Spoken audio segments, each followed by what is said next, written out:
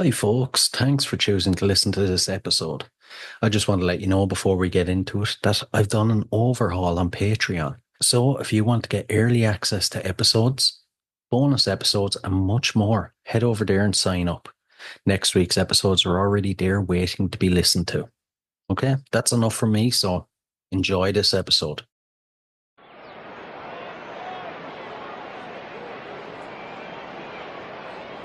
Is everybody in? Is everybody in? The show is about to begin.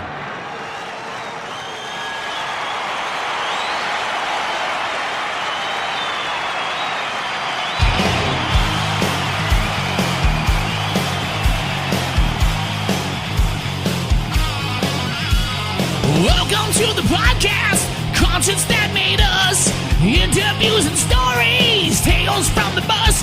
We love taking you back to when it all went down. The greatest live shows and that cheering crowd sound. It's concerts that made us, concerts.com.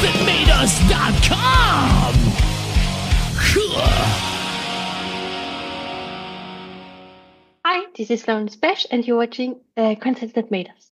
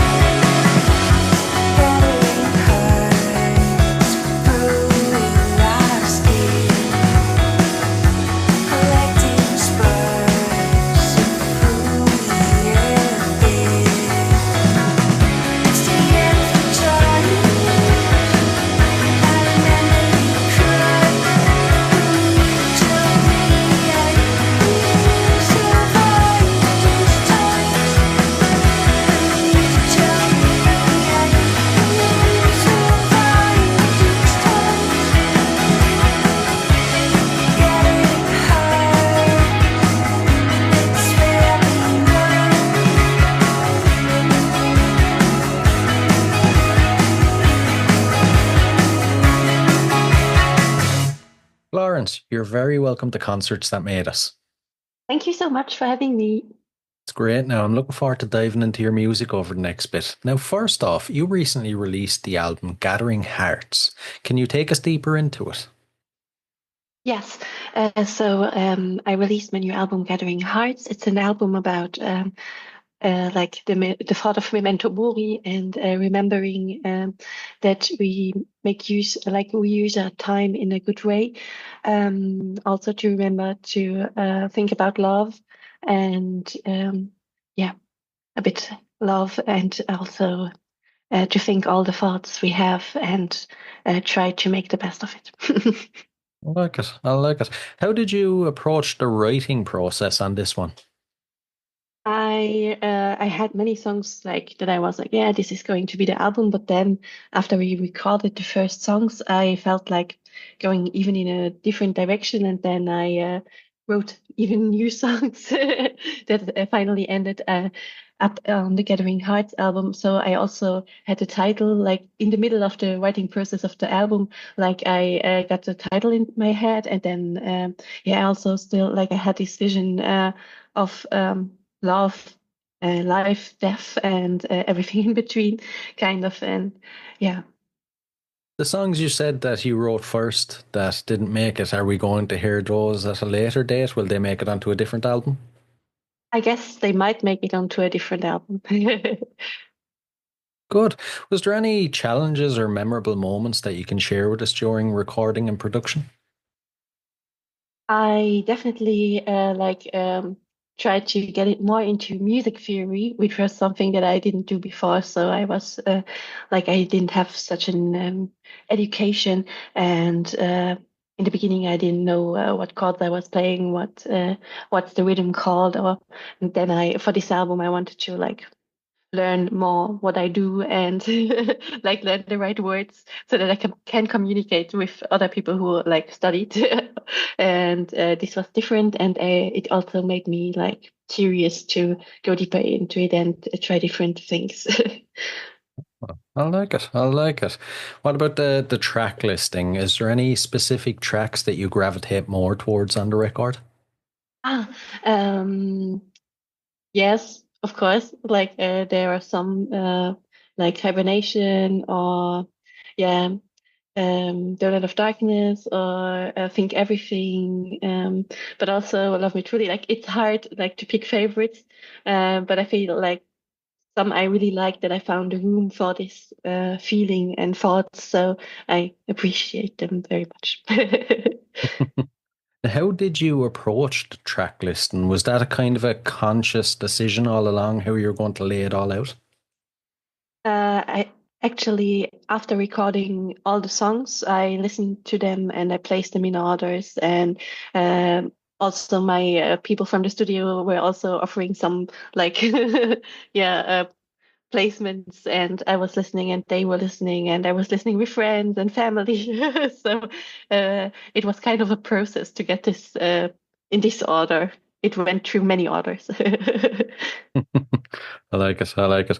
Now, when you release an album, are you the type of artist that kind of sits back for a while and lets it go out there into the ether, or are you straight onto working on the next one?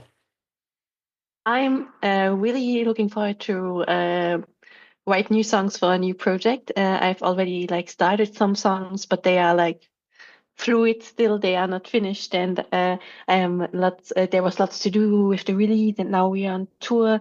And I also try to write my PhD, which is kind of something feels some kind of impossible. But now I'm just going day after day, and then I hope that at some point I can start, maybe even still this year, writing new songs and going after the creative process because I feel like writing new songs and playing for fun like this without like rehearsing or playing live, like I needed to have energy for everything else kind of as well.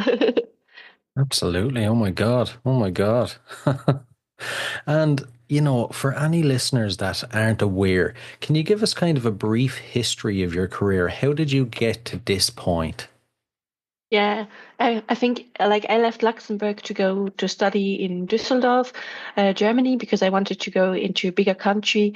Then I picked up like playing on the streets because I saw many people on the streets. Then I visited them in Berlin, and there I wrote my first songs and played on the roads because it was very yeah a good busking city kind of, and no one knew me there, so it was a fine place. Returning to Düsseldorf, this didn't work out so well, I could say, because like people here, like at the market, it works, but for the rest, they are like kind of mostly in their heads and busy, not like in Berlin. But then I was playing clubs and kind of it all accelerated and grew bigger and bigger. And yeah, I always said like I'm a rock star when I started doing it. It was very funny because I didn't like I played some chords and like I was just like writing my first song going outside. I'm a rock star now. That's what I do now. Just like being really funny about it and having this attitude. And now that I came so far kind of and released my second album and played these big shows, like now when I look back at little me there, it feels really funny. And I'm also a bit like I'm very, very, very happy about it and a bit blown. And it's also a bit sad that it has so many like, yeah, facing some difficulties like being not paid enough, even though you're all like playing with someone who gets like paid, I don't know, 50,000 euros and you get like 100 or something. It feels really shitty. And I think like I will have lots of stories to tell, but I really love it. Yeah, yeah. You mentioned busking there. It always intrigues me. How do you feel about busking? Is it harder than, say, going into a club and playing a club gig? Because I imagine when you're playing a club, people are coming to see you. But when you're on the street, it could be a bit daunting because people aren't coming to see you. You're just there in the background, kind of playing. Think it's relaxing and like I don't know, like doing Sudoku or something like it's meditative and it's nice to play on the streets because you're free from any expectations or whatever. And as I now always play with my full band, like that's not possible on the street, but when I'm on the street, I can just play whatever, play something new and see in the faces of the people how they react to it. And I think that's a really cool thing to do. True, true. And, after coming so far and playing so many big gigs, what do you credit your success to? Mm, I think it's honesty and like treating everyone always the same and being maybe a bit funny. I don't know, in my way, funny. I like it. I like it. Now, the podcast is called Concerts That Made Us, so I need to ask you some concert related questions. First off, as a concert goer, what concerts would you say have made you? Ah, I think festivals because as a child, my father and my mom like they always went to festivals and took me there since I was walking. I think like I was very little, and so it was these places kind of that made me as a child. Yeah. Mhm. I like it. I like it. Any bands or performers stand out for you back then? Mm, yeah, I think like the German musician Nina Hagen who was like a punky act when I was like 4 years old. She was my idol, and then later there were different ones like Avril Lavigne or Pink when I was 10. Yeah, and so on. And, for anyone else not in Germany that may not know, what is the German music scene like?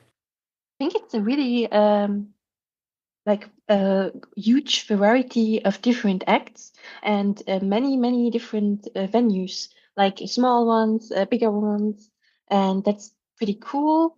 I think it really depends on the city if people are cool or not. Like some are cooler than others, I'd say.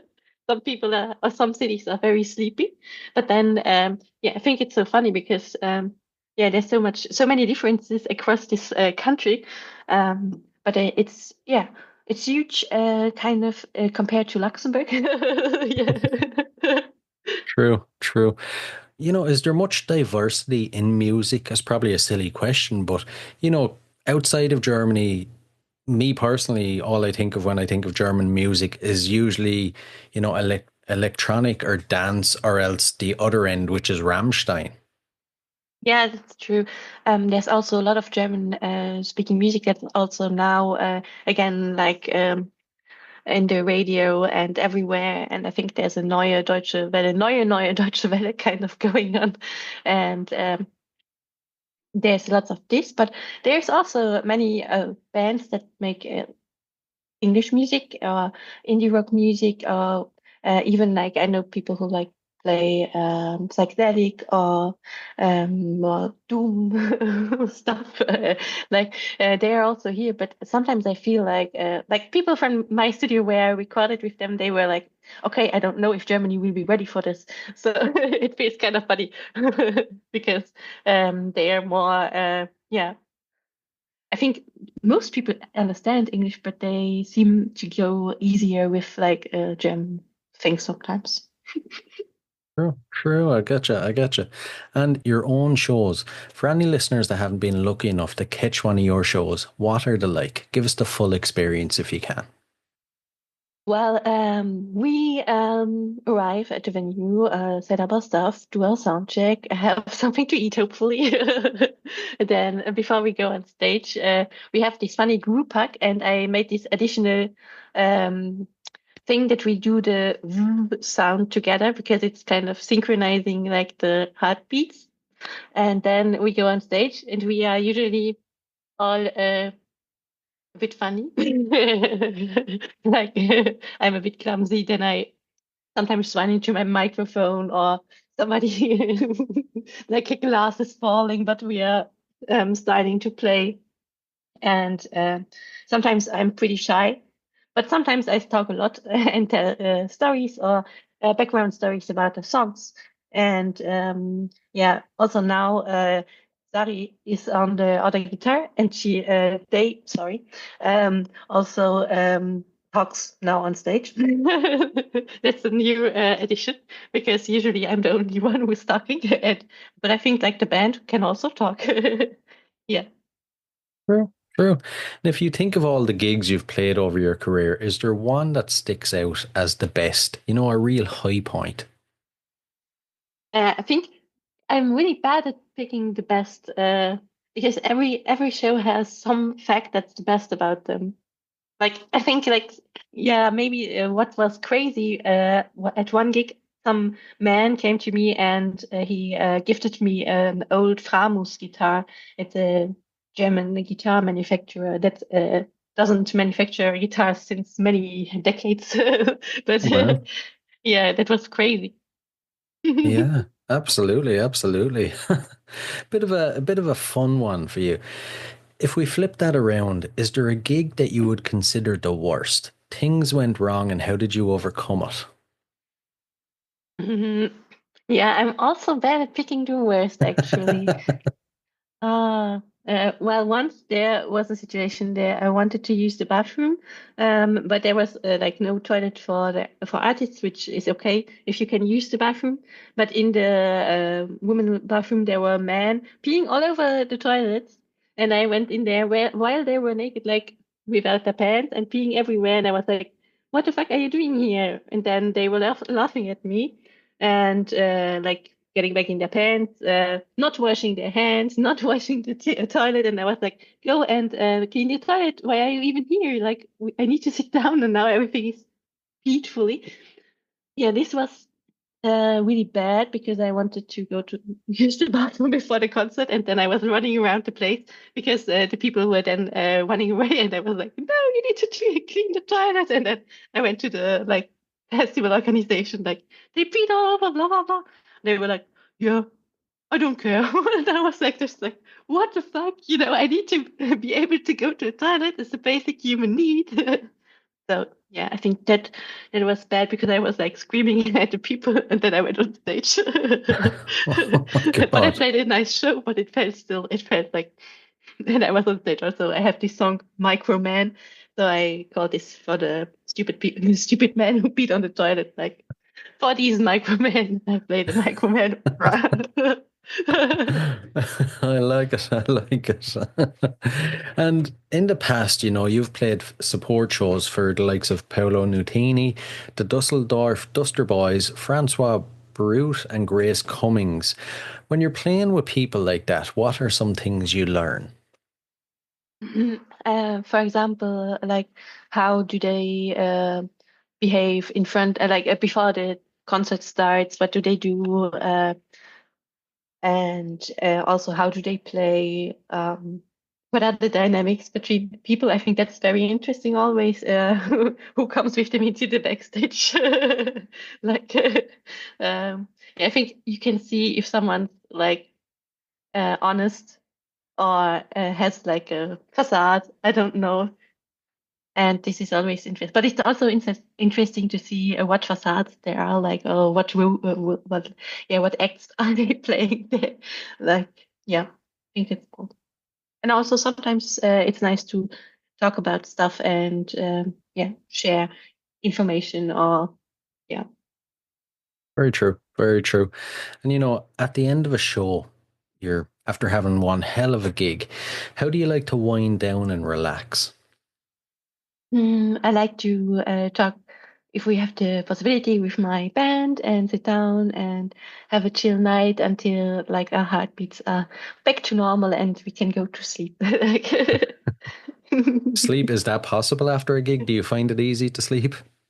yeah, it depends kind of on the gig. Sometimes, it's so energizing that you could talk all night, I think, after. Very true. Very true. And before we dive into the last couple of questions, then, future plans, gigs, more music, what can you share with us? So we are now on tour for the rest of December, and then we have some shows in January, and we'll try to get on writing new songs as soon as possible.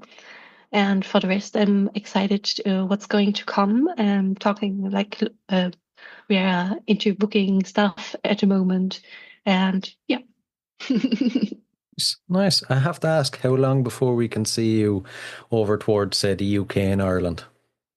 I don't know, but it would be nice to come. I'm Okay. there. Book me. Hopefully, we won't have to wait too long to see you over here. And we'll dive into the last couple of questions. There are a couple of fun random ones. First off, besides music, what are you currently obsessed with?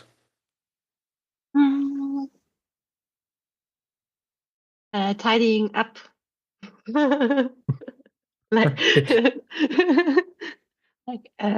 yeah, like for long time I've been neglecting chaos, and I'm going after the chaos now. I like it. I like it. I like that outlook. The next one, it's a bit strange. If you had to spend 24 hours locked in a room with any musician from history, who would it be? I take Patti Smith. She's still alive, but I hope it works. A good one. It'd be a good 24 hours. I like it. Yeah. And the final question. So, what's your go-to album? An album you constantly revisit? Mm. Mm. Yeah, too bad with albums as well because I'm not like I like listening to albums, but I make playlists and listen to my single songs. Okay, what are some of the single songs that are on your playlist at the moment? So, Yeah. So for example, I added Heads Will Roll from the Yeah Yeah Yes because I was in the Halloween mood. And Erase Rewrite from the Cardigans. What do I have? Down Downer of Fountains DC. I'm Not Crying, You're Crying by English Teacher. Wild, no, sorry. Yeah. Yeah, it's a bit chaotic in my list. not too bad. Not too bad. Some good choices there. Listen, Florence, I have to say this was an absolute pleasure now. Thanks a million. Yeah, thank you so much for having me.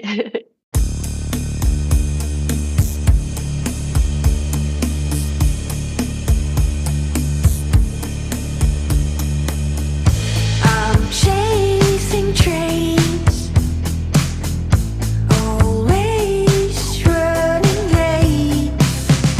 Life feels delayed. Even now it's slipping away. I'd like to believe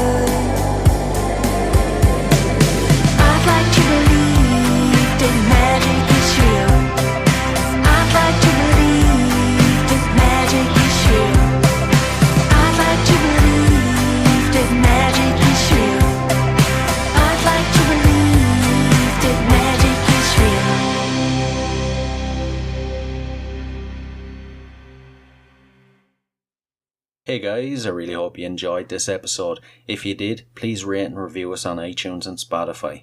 And if you're interested in signing up to Band Builder Academy, use the link in the show notes below and enter the code CONCERTS and you'll receive 10% off.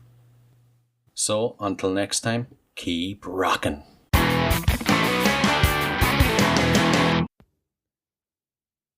Hey, what are you guys still doing here? The show's over. It's over. You can go home. Go on. We'll see you next time. We'll be here. Bye.